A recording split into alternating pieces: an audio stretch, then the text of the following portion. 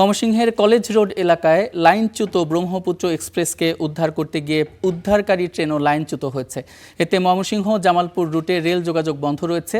এ ব্যাপারে আরও জানাতে যুক্ত হচ্ছেন সহকর্মী সাদিকুর রহমান।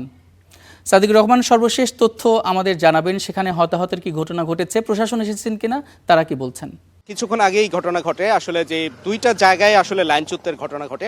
একটা হচ্ছে যে কলেজ রোড এলাকায়, এখান থেকে প্রায় 2 কিলোমিটার দূরে, সেখানে প্রথম হয়েছে এবং সেখানে একটি ঢাকাগামী একটি ট্রেন, সেটার আপনার 15টি বগি ছিল, এর মধ্যে 11টি বগি চলে আসে এবং পিছনের যে 4টি বগি সেটা লাইনচ্যুত হয়ে সেখানে পড়ে থাকে। কোনো হতাহতের ঘটনা ঘটেনি।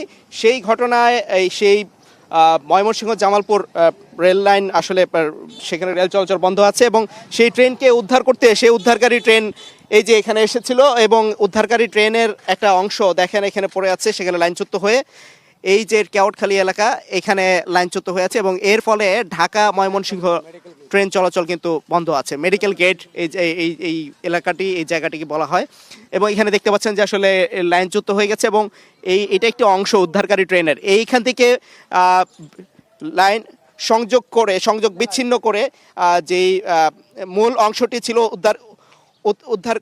উদ্ধারকারী অংশের যে মূল যে অংশটা, সেটা কিন্তু এখান থেকে বিচ্ছিন্ন করে সেটা অন্য যেই জায়গাটিতে লাইনচ্যুত হয়েছে সেখানে আসলে চলে গেছে উদ্ধার করতে। তো এই যে যেটা দেখতে পাচ্ছেন এই যে অংশটা, এই যে এখানে 3টি বগি পড়ে আছে, এর ফলে কিন্তু এই এলাকার এখান থেকে ঢাকা থেকে এই লাইন দিয়েই কিন্তু ময়মনসিংহ এবং জামালপুরে যাতায়াত করা হয় এবং এই ময়মনসিংহ থেকে ঢাকায় ট্রেন চলাচল করে। এটি এখানে লাইনচ্যুত হওয়ার ফলে কিন্তু দেখা যায় এখানে রেল চলাচল বন্ধ আছে এবং এখানে কিছুক্ষণ আগে রেল সুপার কিন্তু এসেছিলেন। তিনি আসলে যেটা বললেন যে এটা আসলে যেহেতু দুইটা জায়গায় এরকম লাইনচ্যুতের ঘটনা ঘটেছে, এটা উদ্ধার করে আবার রেল চলাচল সচল করতে আর কিছুটা সময় লাগবে, সেটা তিনি জানিয়েছেন। তবে একটা বিষয় যে এখানে যারা আছেন তারা বলতে পারবেন যে আসলে প্রায় সময় কিন্তু এই ধরনের ঘটনা এখানে প্রত্যক্ষদর্শী দেখেন এবং এখানে যারা আছেন তারা স্থানীয়রাও কিন্তু জানেন। আমরা একটু জানতে চাই যে এই যে রেল যে লাইনচ্যুত হয়, এই ধরনের ঘটনা তো প্রায় সময় দেখেন, এটা আসলে কতটুকু আপনারা কেমন দেখেন, এখানে চিত্রটা কেমন দেখেন? খারাপ লক্ষণ প্রায় এই ঘটনা ঘটে আপনার মালগাড়ি ওই আপনার এই ময়মনসিংহ ঢাকা ময়মনসিংহ লাইনে এমন বেশি দেখা যাবে সেইটা আপনার। আজকে এটা কি শুনলেন ওখানে? দেখলেন সকাল থেকে এই ঘটনা বললো আপনার ব্রহ্মপুত্র থেকে গেছেন আপনার ওখানে আরেকটা জায়গায় নাকি হচ্ছে, কোথায়? আমি একটু আরেকজনের কাছে জানতে চাচ্ছি ওখানে কি হয়েছে। ওইখানে ব্রহ্মপুত্র এক্সপ্রেস ওই ময়মনসিংহ কোর্ট স্টেশন ওইখানে 2 বগি পড়ে গেছে আর এই রুটে কিছুদিন পর পরই এই ঘটনা ঘটে, কিছুদিন পর পরই গাড়ি এই ঘটনা। আমি একটু জানতে চাই আপনার কাছে যে এই যে ঢাকা ময়মনসিংহ যে রেল লাইন, এখানে আমরা প্রায় সময় যে এই ধরনের ঘটনাগুলি দেখি, এটা কি আসলে আপনার ঝুঁকিপূর্ণ কিনা, আতঙ্ক? অনেক ঝুঁকিপূর্ণ, আর ঝুঁকিপূর্ণ মানুষের অনেক অসুবিধা হয়। কিছু কিছু স্টেশন থেকে মানুষ এই গাড়ির উপরে নির্ভর করে ময়মনসিংহ শহরে কাজ করতে আসে। এই ঘটনাগুলো অনেক কিছুদিন পর পরই হয়, যাতে এগুলা না হয় একটা ব্যবস্থা করার জন্য। অনেক লাইনে তো দেখা যায় যে পাথর সরে যায় বা পাথর দেখা যায় না, স্লিপার খোলা, এরকম কি দেখেন কিনা? হ্যাঁ, অনেক সময় রেলের কাজের অনেক ব্যাগতি হয়, গাফিলতির কারণে এই ঘটনাগুলো বেশি হয়।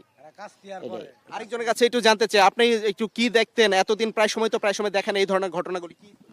এলাম বড় ভাই কাজ কাম ঠিকই বলে, কিন্তু করলে কি হবো, কাজ কাম ঠিক মতন করে না, কিন্তু পরে যাতে ঢাকার লাইনে বরফ লাইনে গাড়ি পড়ে যাইতে আইতে মানুষের বিরাট অসুবিধা আসে। ঠিক আছে, কেউ কামে আসতে কামে যাইতে পারে না, গাড়ি ওদের কাছে পর আবার উল্টাবে জায়গা, যারা কাজ করে কিন্তু কাজ ঠিক মতন করে না। এই আমাদের কথা, মিলের মতন ঠিক মতন কাজ কাম করেন যে মানুষের যাতায়াত করে অসুবিধা পায়। বাংলাদেশ কৃষি বিশ্ববিদ্যালয় এলাকায় আমরা প্রায় সময় এরকম আমরা লাইনচ্যুতের ঘটনা দেখি এবং দেখি যে আসলে এরকম দুর্ভোগের কিন্তু সৃষ্টি হয়। মানুষজন আসলে দীর্ঘ সময় যারা গন্তব্যে পৌঁছাতে পারেনি এই ধরনের লাইনচ্যুত হলে আমরা এই চিত্রটা কিন্তু আমরা দেখতে পাই। আমরা যে এখন দেখেছি আসলে দুইটা জায়গায় একই সময়ে কিছুক্ষণের সময়ের ব্যবধানে কিন্তু এরকম লাইনচ্যুত হয়েছে। আমরা যে স্লিপারগুলি দেখি প্রায় জায়গাতেই কিন্তু এমন দেখা যায় যে ফিশ প্লেট খোলা স্লিপার, এই যেটা যেভাবে রক্ষণাবেক্ষণ করা উচিত সেভাবে কিন্তু থাকছে না। আমরা এই যে এখানে যেটা দেখতে পাচ্ছেন, এই যে এই চিত্রটা, এটা কিন্তু আসলে নতুন কোনো চিত্র নয়।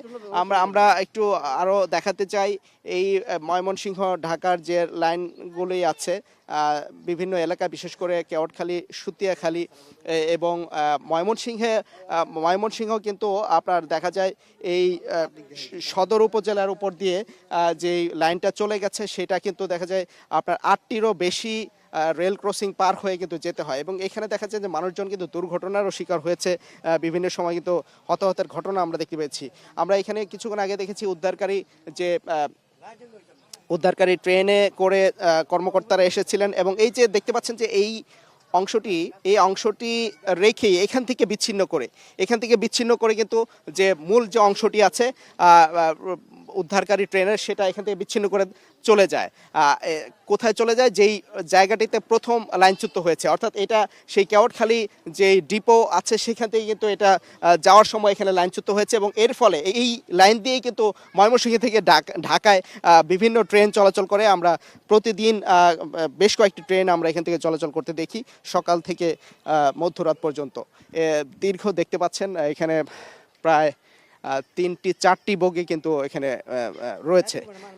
এখানে কোনো হতাহতের ঘটনা যদিও ঘটেনি, তবে এই ধরনের ঘটনা খুবই অনাকাঙ্ক্ষিত এবং আমরা যেটা দেখতে পাচ্ছি যে এখানে সামনে কিছু লোকজনও জড়ো হয়ে আছেন এখানে, যাতে কোনো ট্রেন বা কোনো যানবাহন যাতে এই কিছু দূর সামনেই যে রেল ক্রসিং আছে সেটা পারাপার না হয় সেজন্য কিন্তু সতর্কতা অবলম্বন করা হয়েছে। আসলে এখন আমার এইখান থেকে ঠিক 2 কিলোমিটার দূরে মূল যে উদ্ধারকারী কার্যক্রমটা সেটা এখান থেকে 2 কিলোমিটার দূরে চলছে। আমরা কিছুক্ষণ পর সেখানে গিয়ে সেখানে কি চিত্র আছে সেটা আপনাদেরকে জানাবো। এই ছিল এখান থেকে সবশেষ। সাদিকুর রহমান, আপনাকে অসংখ্য ধন্যবাদ। ময়মনসিংহ রোড থেকে ট্রেন লাইনচ্যুত হওয়ার ঘটনা জানাচ্ছিলেন আমাদের সহকর্মী সাদিকুর রহমান।